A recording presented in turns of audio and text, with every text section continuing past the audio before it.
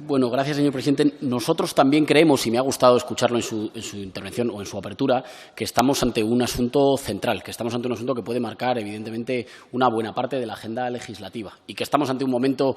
seguramente idóneo para acometer la discusión y para acometer las transformaciones sobre nuestro sistema electoral. No creemos y nunca hemos creído que un sistema electoral tenga nada que ver con una realidad matemática o con alguna fórmula técnica, sino que creemos que es una forma de distribuir poder político. Y el sistema electoral español traduce votos en representación institucional de forma muy distorsionada. Lo traduce desde que la base central de nuestra ley electoral, que no es la LOREG del año 85, sino que es la Ley para la Reforma Política del año 77, decide una fórmula electoral que adultera el sentido expresado en las urnas por la ciudadanía española. Habrá quien diga, nosotros no somos de esa opinión, pero habrá quien diga que en su momento lo adultera porque había un fin superior que había que buscar, que era la estabilidad, la consolidación del sistema de partidos y la fabricación más o menos artificial de mayorías absolutas que permitieran la gobernabilidad.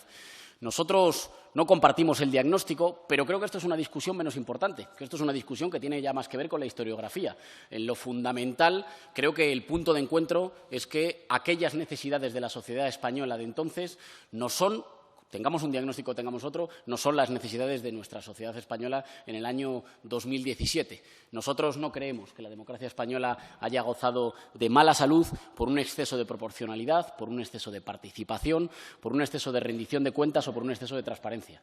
Creemos que si hoy gozamos, y lo decimos apenados pero con todas las letras, de una democracia de baja intensidad, es exactamente por lo contrario. Es exactamente por un proceso de cartelización y de oligarquización de los partidos políticos, de separación de los partidos políticos de la ciudadanía y, por tanto, de una brecha entre representantes y representados,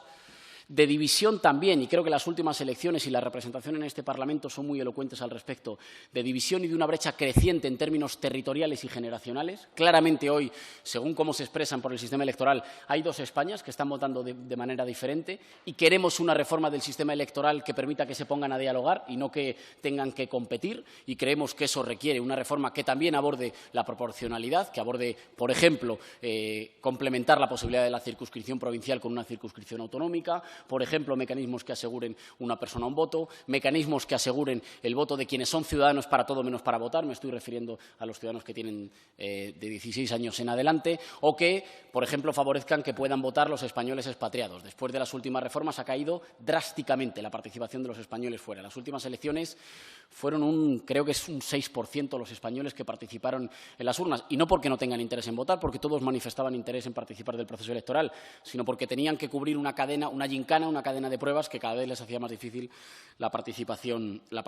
electoral.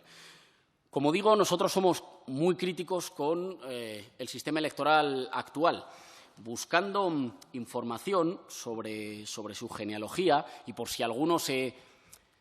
quisiera llamar a engaño y decir que es que hemos encontrado una fórmula electoral que nos ha permitido estar todos de acuerdo durante mucho tiempo, porque es una fórmula que reúne bien proporcionalidad y gobernabilidad. Cito a Óscar Alzaga, que entonces fue uno de quienes redactaron la ley y que era diputado de UCD,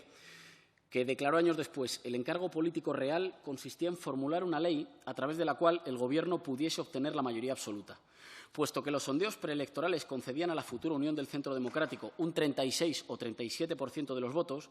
se buscó hacer una ley que la mayoría absoluta pudiera conseguirse con alrededor del 36 o el 37% de los votos. No nos hacemos ilusiones sobre cuáles fueron las razones para la redacción de una ley electoral que parecía más bien pensada como una cierta voluntad de contener el empuje democrático y progresista, sobre todo de los centros más poblados en nuestro país. No nos llamamos a la ingenuidad ni nos hacemos cábalas sobre su supuesta independencia técnica, sobre una ley que ha producido un intento de amoldar la sociedad española a unas pautas de comportamiento que no eran las suyas. Es una ley electoral diseñada fundamentalmente para construir un sistema bipartito en una sociedad que nunca lo fue. Es una ley diseñada para construir mayorías absolutas en una sociedad que nunca votó mayorías absolutas. En ninguno de los casos votó mayorías absolutas, a pesar de que el efecto después institucional fuera a producir mayorías absolutas. Y tenemos que decir que hoy nosotros nos congratulamos del resultado de un proceso social que ha ido por delante del proceso institucional. Pese a un diseño de una ley electoral diseñada para favorecer un bipartito y mayorías absolutas a menudo fabricadas, la sociedad española ha sido capaz de romper los corsets, de romper los estrechos márgenes de esa ley electoral. Eso para nosotros es una conquista democrática que no se ha hecho gracias a reformas en este Parlamento, que se hizo gracias a una evolución cultural de la sociedad española, que produjo desde hace varios años un cambio en el sistema de partidos, pese a que todo el marco institucional estaba diseñado para que no se pudiera producir ese cambio. Bueno, creo que ante la posibilidad o la oportunidad histórica que tenemos ahora es adaptar la legislación a lo que ya es la sociedad española. No estamos hablando de hacer ingeniería electoral o política o institucional. Estamos hablando, en definitiva, de hacer un sistema electoral que refleje un país como el que ya tenemos ahí fuera. Un país que, pese al enorme coste de las opciones políticas alternativas, ha impuesto que se hayan terminado las mayorías absolutas y ha impuesto que se haya terminado el sistema del bipartidismo. Y eso no ha sido por por condiciones favorables en lo institucional. Eso ha sido por una extraordinaria movilización de voluntad de transformación política, a la que yo creo que nosotros no podemos permanecer sordos. Y como no podemos permanecer sordos, tenemos que abrir las puertas para estudiar en su profundidad, claro que sí, el tema de la proporcionalidad y de una persona a un voto, claro que sí, el derecho a voto a partir de los 16 años, la rendición de cuentas, la transparencia y la financiación de los partidos políticos, y este no es un asunto que se tenga que tratar solo en las comisiones de calidad democrática o anticorrupción, porque no afecta solo a un problema económico, afecta a un problema directo de competición política. Hoy mismo hemos conocido un caso que posiblemente juntaría, o sería un eslabón que juntaría los entramados de la Púnica y de la Gürtel en la Comunidad de Madrid. Esto no es un problema anticorrupción, es un problema de salud democrática. Si hay partidos que han competido electoralmente gracias a una legislación no demasiado exigente, que han competido con, un impulso extra y no legal, eso adultera los resultados electorales. Eso nos estaría diciendo que la competición electoral es una competición que no se da entre iguales. Y, por tanto, nosotros deberemos cambiar la legislación para que la competición electoral asegure que cuando los ciudadanos van a votar saben que todas las formaciones políticas cuentan con las mismas opciones, sean más o menos amigos de los constructores, sean más o menos amigos de quienes reciben luego concesiones en obra pública. Para eso también tenemos que transformar nuestro sistema electoral. Creemos que, ya digo, no ha sido el exceso de participación o de proporcionalidad quien ha dañado a nuestras instituciones y a nuestro sistema democrático, sino que ha sido, al revés, una creciente distancia y una creciente brecha entre representados y representantes y entre las organizaciones que tenían que transmitir o que tenían que traducir los deseos y las demandas de la voluntad popular y cómo ésta finalmente se traducía. No es que la gente no votara, claro que la gente tenía derecho a votar. El problema no se producía entonces, el problema no se producía en la boca de la urna, se producía después, se producía por la insuficiencia de dispositivos y de mecanismos que aseguraran la proporcionalidad, la representación de la voluntad popular y que ésta después no fuera adulterada una vez que se metía en la caja negra de los partidos. Claro que nosotros creemos que esto hay que abordarlo en una reforma de nuestro sistema electoral y claro que creemos que tenemos que adoptarlo o que tenemos que abordarlo con una profunda valentía. Nosotros ya lo propusimos, de hecho, en octubre del 2016, cuando el Grupo Popular trajo a esta Cámara la necesidad de modificar la Ley Orgánica del Régimen Electoral para evitar la chapuza de que los españoles pudieran estar llamados a votar el día 25 de diciembre, nosotros dijimos,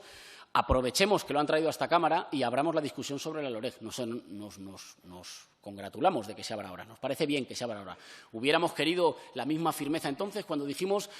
el señor Rajoy nos ha planteado un órdago, acompañémoslos con una discusión profunda de la Ley Orgánica del Régimen Electoral General.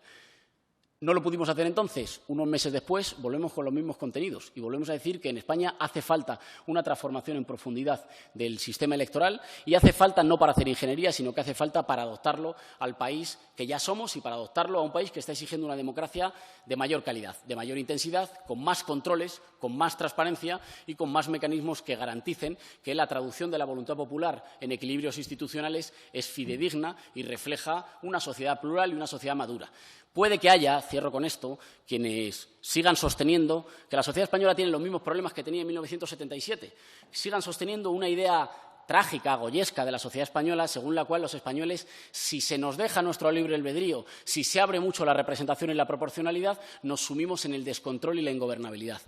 Nosotros no creemos que estas son taras atávicas de una generación política que no tiene nada que ver con la edad, que es una generación política que no compartimos. Nunca hemos creído en la historia negra de nuestro país, no la creímos entonces y no la creemos ahora. Y no creemos que ahora haya excusas, de suficiente calado como para impedir que nos dotemos de una modificación del sistema electoral que esté a la altura de las demandas de nuestra sociedad.